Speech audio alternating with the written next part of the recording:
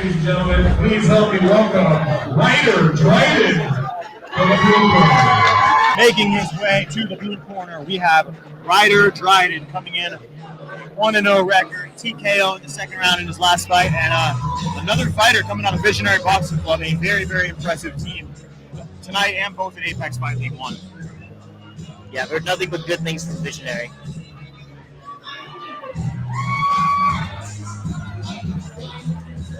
Ryder coming in here tonight wants to give a shout out to John Story Coaching, Azteca Home Services, and Cheers Tavern.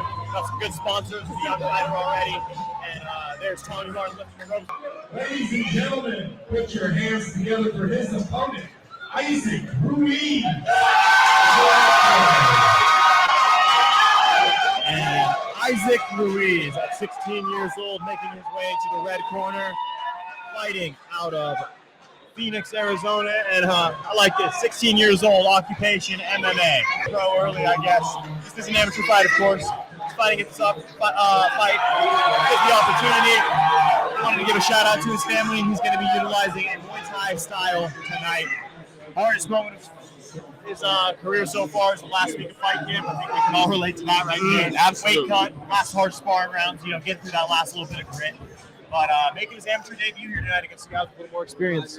Ladies and gentlemen, your second bout of the evening takes place in the lightweight division and is scheduled for 3 2-minute rounds. In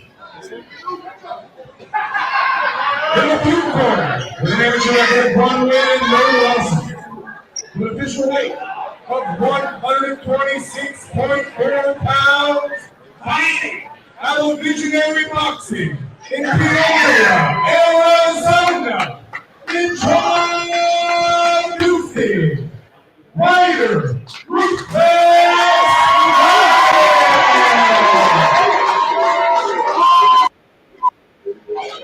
His opponent fighting out of the red corner, making his amateur debuts with an official weight of 123 pounds, fighting out of Brain Wave MMA in Avondale, Arizona, presenting Isaak Ruiz.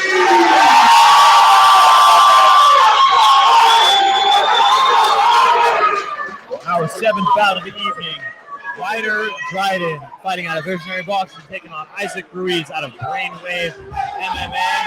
Brain Wave MMA represented also Seth Stucker in the one of our super fights here tonight. So got a couple people on the card as well as Visionary Boxing. I'm excited for this. This is going to be a good fight. Good sportsmanship between the coaches too, Tommy Martin and Damien out of. Always love to see that. Always love to see that. Very interesting because Visionary Boxing obviously had a lot of kickboxing fights, come from a boxing style. Other fighters I've noticed have a tremendous jab. It's interesting to see Ryder Dryden maintains that skill. Massive low kick already for Isaak. Oh, there's a good right hand return by Ryder.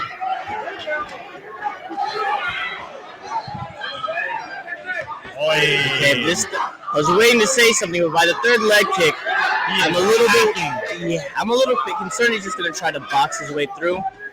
And this guy said he was going to do Muay Thai. You can bring boxing into Muay Thai a little bit, but you got to be understanding of the rule set, man. 100%. Check those leg kicks, pull those leg kicks, nice, and incorporate that boxing at a safe standpoint. And this is something we noticed in another Visionary Boxing matchup earlier with Kendall Shigog Hudson. As good as his jab and his hands were, he's very susceptible to low kicks. Absolutely. So, right there, we just saw Ryder Dryden step out of the way, return to the combination. That's what you have to do. Stay just out of the range. And wait for the right.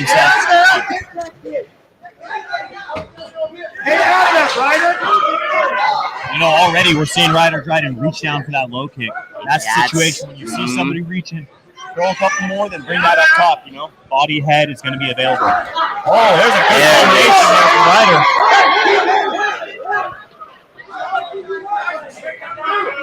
as a boxer who came in and did the USMTO, and I've had four of those Muay Thai kickboxing fights, what I've noticed is you can't just rely on just straight boxing. You can't.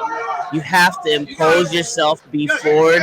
Whereas in boxing fights, we can be on the ropes. We can control that ringmanship, and the judges will see it like that. Here, these are Muay Thai judges. You have to come forward. You got to show them that kick, I can check it, and I can beat your ass with my hands. Absolutely. That's why it's so critical. I believe I spoke in the last fight. Using the corners correctly. Absolutely. Running the ring, advancing forward, making sure that you're the one doing the aggression, because that is going to score just as much as your hands will in a Muay Thai kickboxing fight. Action-packed first round. I think that was the tale of two strategies right there. I like that. I love those. Coming out heavy from Isaak Ruiz, and combination with the hands coming out from Ryder Dryden. If Ryder can pull and be more aware of those leg kicks, maybe check them, pull them. Just like boxing basics, a simple backstep saves your life. You don't want to get hit with stupid shots like a simple jab when you could have just backstep. Same thing with kicks.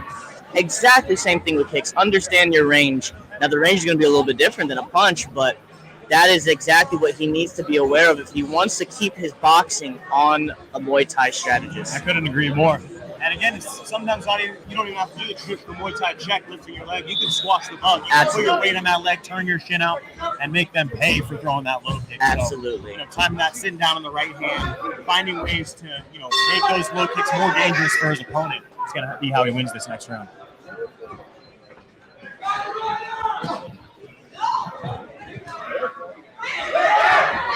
There's a good punch from Isaak Ruiz there. Good combination. Hey. Oh, Ryder Dryden landed a good flurry there.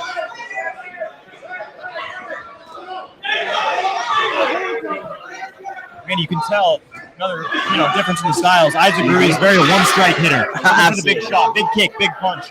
Meanwhile, Ryder, everything's coming in combination. 3, 4, 5 punches.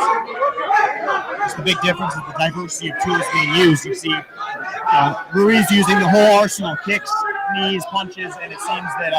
and that's why he's it's 2, maybe even mostly 3 punches to set up for a kick or something of some sort.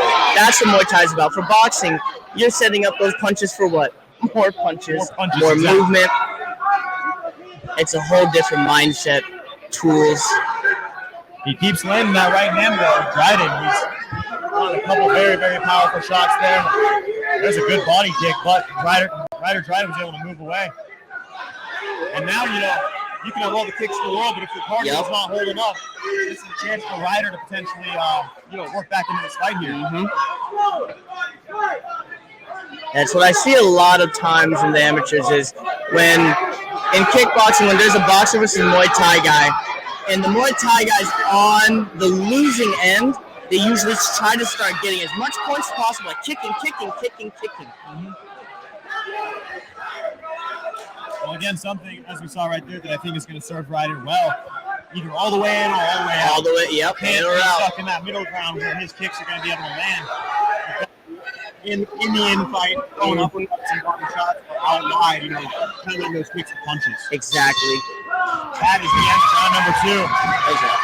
Big difference in body language there between the 2 fighters as opposed to that round than the first. Yeah, it looks like both are settling into themselves, but they're kind of, just like what I see with all the kiddos, especially for the first few fights, they're always shocked. They always think they have the cardio, the kiddo stamina, and they get in there and they fight, and they're like, oh. Hey, I've been there. I thought I had the cardio as an adult. Absolutely. You can never, any young fighters watching out there, you can never do enough cardio. You Never. always think you're good, always run that extra mile. Road work, extra, yes. 5 minutes on the bike, whatever it is, you got to put in that work. But, looks like he's recovering a little bit better here. We saw Isaak leaning on the ropes pretty heavy there, and, Ryder, as much as he's breathing heavy, he's very intent, listening to his coach. He's looking him in the eye, so it's going to be interesting to see who has that advantage here in the 3rd round. I wonder what this changing game plan is going to be for Isaak. Big overhand, just missed there from Isaak Ruiz.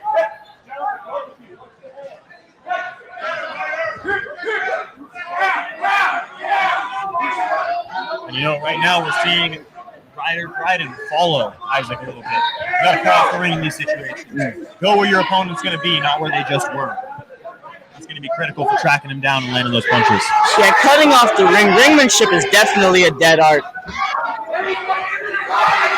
And it takes a great fighter with good IQ and decision making to be able to understand where the guy's going while you're punching. You guys are fighting. Am I going to go left? Am I going to go right? Well, I'll tell you what, sometimes it's even more satisfying to trap somebody with your footwork than it is to even land. Did you even land up? Exactly. You have somebody unable to go anywhere. Looks like a slip. A little bit of a slip right there by Isaak Ruiz. Oh, he just trying to throw big bombs. I would be careful of that against a sharper boxer. I just wouldn't throw bombs. I would throw leg kicks, absolutely. Will we see another third round finish in this fight? Just tangling up, which is a viable option. Tangle up if you need to. Spin them out. Live to fight another day. Okay. Can't have much time. Now look what Isaac's doing all the way on the back end when he just spun him out onto the ropes. He's got to cut him off. Yes. That's a good punch landed right there. Nearing the end of this round. He's going to pull ahead in this match. You fight here. Isaak turning away. Sometimes hearing that 30 seconds is just when your cardio is just shot, sometimes you're just like, do I even want to do this right now? Oh, wow. But you have no choice, and that is the end. That was a great fight. It's going to be very interesting to see how that fight was scored, but I think the lack of kicks out of the corner of Ryder Dryden being his downfall here. We've seen it already tonight in the scoring. The variety of attack matters just as much as the absolutely. And I think Isaak Ruiz, especially those low kicks in the first 2 rounds, really set him ahead. Although Ryder had success later on, there's too much to come back from. I think the victory here is going to go to Isaak Ruiz. You have to understand the rule set. You got to know where you're coming out to. I have a lot of guys who want to come out and fight, and a lot of them are boxing mindset or have a boxing background. And I tell them, hey, I'm a pro boxer myself, and I'm telling you, you're going to want to know your kicks. You're going to want to know your rule set. I love calf kicks. I love keeps, and I like treating my lead legs, my kicks, just like a jab, just like you would. And, this should not be anything different when you're going in there, oh, I'm getting leg kicked. Would you just go in there and get touched by a jab over and over again? You would backstep. You would understand your spatial awareness. Complete understanding of the weapons both that you're throwing and that are coming at you. Absolutely.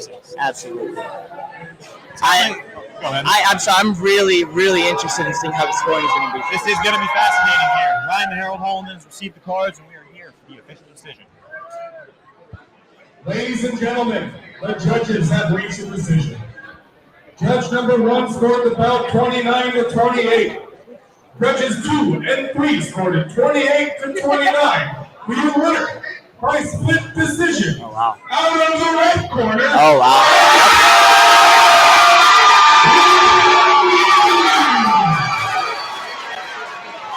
A little bit of drama there. A little bit split decision. Well, if we're really looking at that fight, I think a split decision is perfectly valid. I think it's perfectly fair. As much as the